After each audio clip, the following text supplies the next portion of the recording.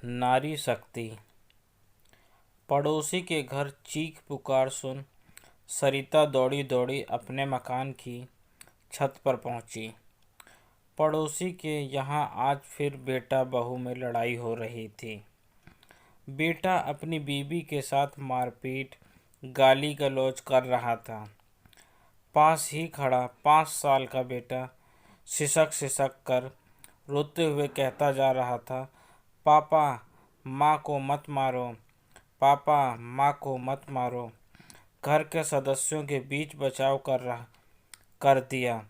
वह गाली बकते हुए कह रहा था, तेरे पास पैसे नहीं हैं, कहता हूँ बाहर निकल गया। वो औरत आंगन में बैठी रोए जा रही थी।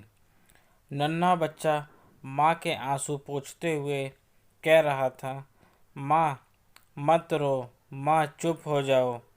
यह सुनते ही उस औरत ने झट बच्चे को गोद में छुपा लिया और सिसकियाँ लेते रो रही थी।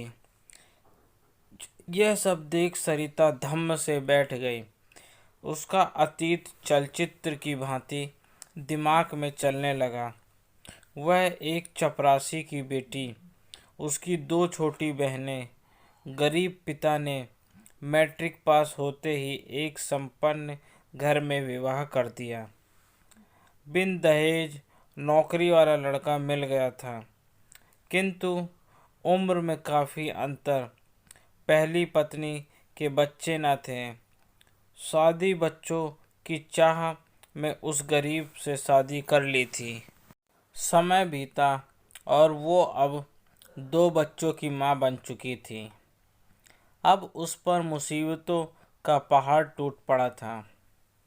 परिवार के सदस्य दिन रात गरीब पिता के घर से कुछ न लाई ताना देते। पति शराब पीकर आए दिन मारपीट करता, पर सब चुपचाप रोते सहती रही। वो जानती थी पिता के घर कब तक बोझ बनी रहती। शादी में विदाई के समय माँ ने कहा था, बेटा अब पति का घर ही तेरा घर है, सुख दुख मिले धीरज ना खोना। बेटियों की विदाई पिता के घर से और पति के घर पर से अर्थी निकले, अपने गरीब पिता की इज्जत रखना। माँ के शब्द अब भी याद थे उसे। कुछ साल बाद एक एक्सीडेंट में सास ससुर चल बसे। ननद की शादी हो गई। देवर पढ़ाई पूरी कर शहर में नौकरी करने लगे। उसके बच्चे अब बड़े हो गए थे। पति रिटायर हो चुके थे। बच्चों ने शराब छुड़वा दी थी। आज वो हर तरह से सुखी थी, किंतु पड़ोस की घटना ने उसके मन को बुरी तरह झकझोर दिया। आज वो पहले की तरह कमज़ोर मजबूर नहीं थी।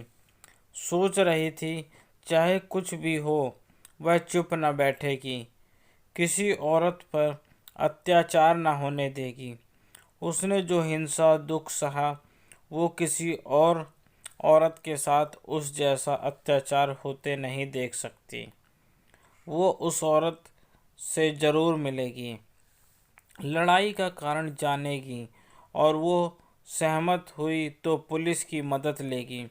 उसका मानना था घरेलू हिंसा चुपचाप देखते देखते रहना भी अपराध है।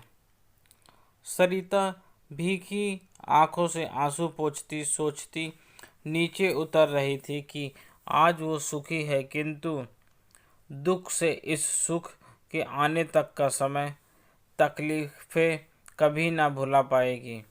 उसने दृढ़ निश्चय किया कि आज से अपने आस पड़ोस में कहीं भी किसी औरत के साथ हुई हिंसा पर चुप न बैठेगी, कारण जानेगी और गलत पाया तो पुलिस की मदद लेगी।